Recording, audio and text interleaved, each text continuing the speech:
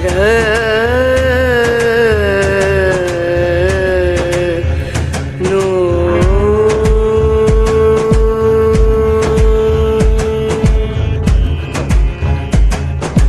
राधे, जय माता की भक्तों। आप सभी का स्वागत करती हूँ स्पिरिचुअल ज्ञान साधना में और आप सभी से अनुरोध करती हूँ कि स्पिरिचुअल ज्ञान साधना को सब्सक्राइब कर लीजिए और बेल आइकन को प्रेस कर दीजिए ताकि आपको नई नई वीडियोस का नोटिफिकेशन मिलता रहे। ओम जयंती मंगला काली भद्रकाली कपालिनी दुर्गा क्षमा शिवा दात्री स्वाहा सुधा नमोस्तुते। आप सभी भक्तों को माता रानी के नवरात्रि की हार्दिक शुभकामनाओं के साथ जय माता की। और सभी लोग अपने घर में बैठे बैठे जहाँ पर भी ये वीडियो सुन रहे हैं वहीं से माता का जयकारा लगाएंगे, क्योंकि जयकारा लगाने से माँ अत्यधिक प्रसन्न होती हैं। और ये तो समय ही निराला है कि हमारे देश के कोने कोने में, हर घर में, हर कण में, कण कण में माँ विराजमान है। माँ आदि शक्ति हमारे चारों तरफ विराजमान है और माँ की महिमा चारों तरफ बरस रही है, माँ की ममता चारों तरफ बरस रही है। तो जयकारा लगाइए, प्रेम से बोलिए अम्बे मात की जय। आज की वीडियो में हम बात करेंगे माता रानी के 9 भोग के विषय में कि नवरात्रि के 9 दिनों में हमें माता को किन वस्तुओं का भोग लगाना चाहिए जिससे हमें मनोवांछित फल की प्राप्ति होती है, माता रानी प्रसन्न होती है, घर में सुख शांति धन धान्य समृद्धि की प्राप्ति होती है। नवरात्रि पर्व पर माता की आराधना के साथ ही व्रत उपवास और पूजन का विशेष महत्व होता है। जिस प्रकार नवरात्रि के 9 दिन माँ दुर्गा के अलग अलग रूपों की पूजा की जाती है, उसी प्रकार इन 9 दिनों में माता को प्रत्येक दिन के अनुसार भोग और प्रसाद अर्पित करने से भी देवी माँ सभी प्रकार की समस्याओं का नाश करती हैं। आज की वीडियो में बस हम इसी विषय में बात करेंगे कि हम अपनी मैया रानी को किस दिन कौन सा प्रसाद चढ़ाकर प्रसन्न कर सकते हैं। माता रानी को दिन के अनुसार भोग लगाने पर क्या लाभ मिलता है, इस विषय में भी बात करेंगे। नवरात्रि का पहला दिन यानी माँ शैलपुत्री का दिन होता है। इस दिन देवी माँ के चरणों में गाय का शुद्ध घी अर्पित करने से आरोग्यता का आशीर्वाद मिलता है तथा सभी व्याधियां दूर होकर शरीर निरोगी रहता है। नवरात्रि का दूसरा दिन माँ ब्रह्मचारिणी का होता है। इस दिन मैया रानी को शक्कर का भोग लगाने से वे अत्यधिक प्रसन्न होती हैं। शक्कर के अतिरिक्त मिश्री का भोग भी लगाया जाता है माता को।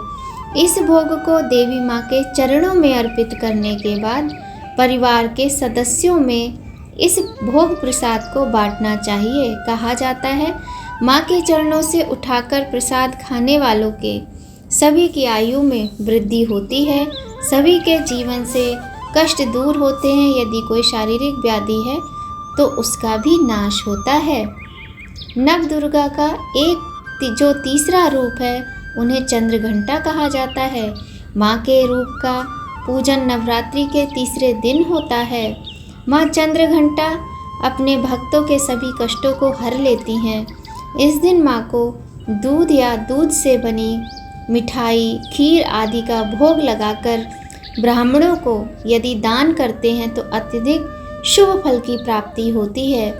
जो भोग हम माँ के चरणों में अर्पित करते हैं उसे परिवार के सभी सदस्यों में बांटकर ग्रहण करना चाहिए। इसके बाद जो बचा हुआ भोग है वो ब्राह्मणों को दान करना अत्यधिक शुभ माना जाता है।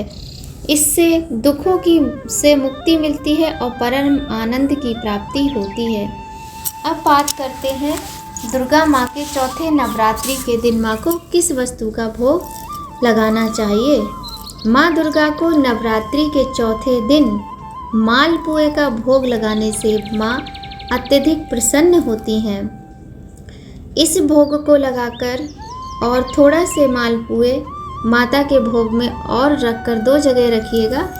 एक आपको घर में प्रसाद स्वरूप ग्रहण करने यदि आपका व्रत नहीं है तो, और व्रत है तो आप ये मालपुए पूरे के पूरे ऐसे ही उठाकर ब्राह्मण देवता को दान कर दीजिए। कहते हैं ऐसा करने से बुद्धि का विकास होने के साथ साथ निर्णय शक्ति भी बढ़ती है। और यदि हमारे परिवार में, आपके परिवार में कोई मंद बुद्धि बालक है तो उसकी बुद्धि का विकास भी होता है, क्योंकि माँ अत्यधिक प्रसन्न होती हैं। माता के मन पसंद के जब हम भोग लगाते हैं तो माँ की असीम कृपा हमें प्राप्त होती है। अब जानेंगे नवरात्रि के 5वें दिन यानी माँ स्कंद माता के दिन हम उन्हें कौन सा भोग लगाएं जो कि मैया प्रसन्न हो जाएं। तो नवरात्रि का 5वां दिन स्कंद माता का दिन होता है।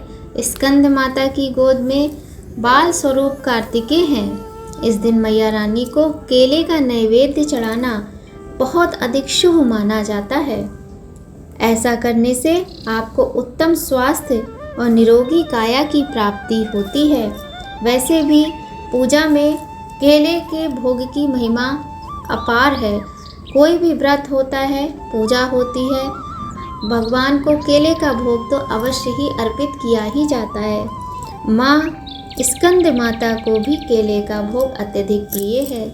माँ सभी के कष्टों को दूर करती हैं।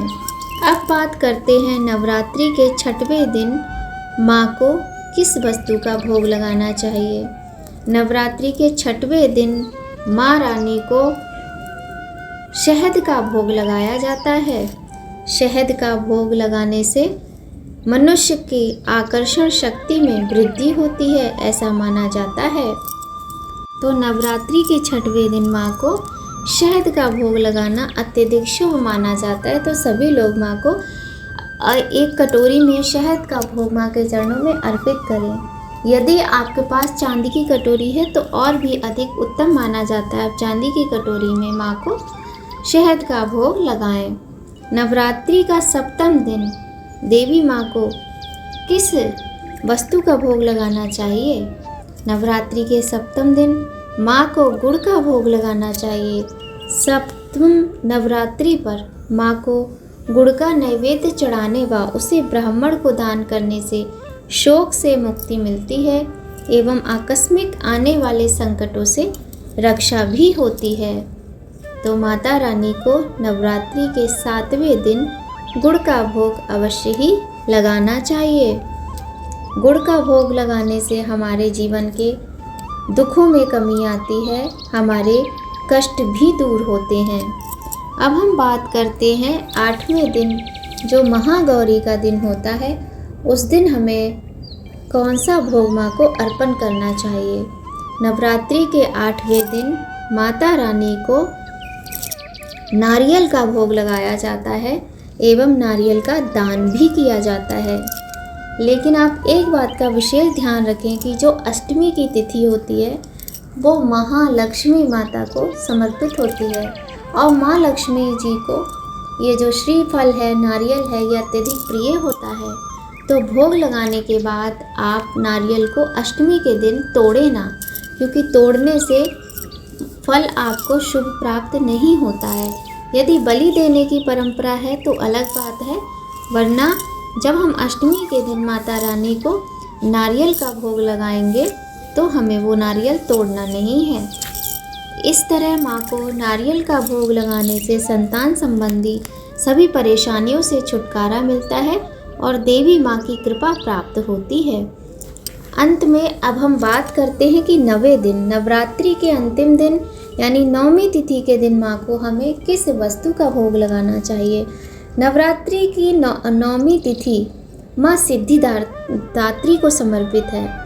कहा जाता है कि नवरात्रि के अंतिम दिन यानी 9वीं तिथि के दिन यदि हम मैया रानी के चरणों में तिल का भोग अर्पित करते हैं और ब्राह्मण को दान देते हैं, इससे हमें मृत्यु भय से राहत मिलती है, साथ ही अनहोनी होने की घटनाओं से भी बचाव होता है।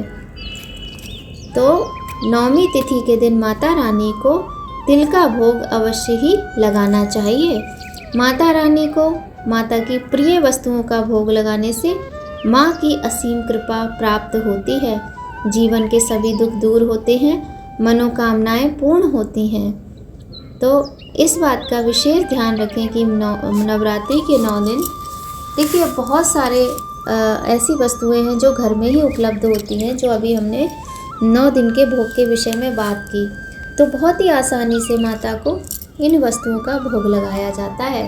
प्रथमम शैलपुत्री च द्वितीयं ब्रह्मचारिणी तृतीयं चंद्रघंटेति कूष्मांडेति चतुर्थकम पंचमं स्कंदमातेति षष्ठम कात्यायनीति च सप्तमं कालरात्रीति महागौरीति चाष्टमं नवमं सिद्धिदात्री च नवदुर्गा प्रकीर्तिता उक्तानि तानि नामानि ब्रह्मण महात्मना। इस प्रकार से हमने माता रानी के पूरे 9 दिनों के भोग के विषय में जाना कि इन 9 दिनों में, नवरात्रि के पावन 9 दिनों में माता रानी को किन किन वस्तुओं का भोग लगाना चाहिए, जिससे माँ हमारे कष्टों को दूर करती हैं, हमारे जीवन के दुखों को दूर करती हैं, हमारे जीवन की अशुभता खत्म होती है और शुभता ही शुभता चारों तरफ आती है। वीडियो में अगर आपको थोड़ा भी कुछ भी ऐसा लगे कि जो आपके लिए लाभदायक है तो वीडियो को लाइक अवश्य कीजिएगा। माँ दुर्गा आप सभी के मनोरथों को पूर्ण करें, आप सभी के कष्टों को दूर करें, सभी पर अपनी कृपा दया बनाए रखें। इसी कामना के साथ वीडियो का यहीं पर एंड करते हैं। और अगर आपको वीडियो अच्छी लगे, जानकारी अच्छी लगे तो अपने फैमिली, फ्रेंड्स, मम्मी पापा, भाई बहन, रिश्तेदार सभी के साथ वीडियो को शेयर कीजिए। मिलते हैं नेक्स्ट वीडियो में। जय माता की, राधे राधे। एक बार प्रेम से सभी लोग माता का जयकारा लगाएंगे। बोलिए शेरा वाली मैया की जय।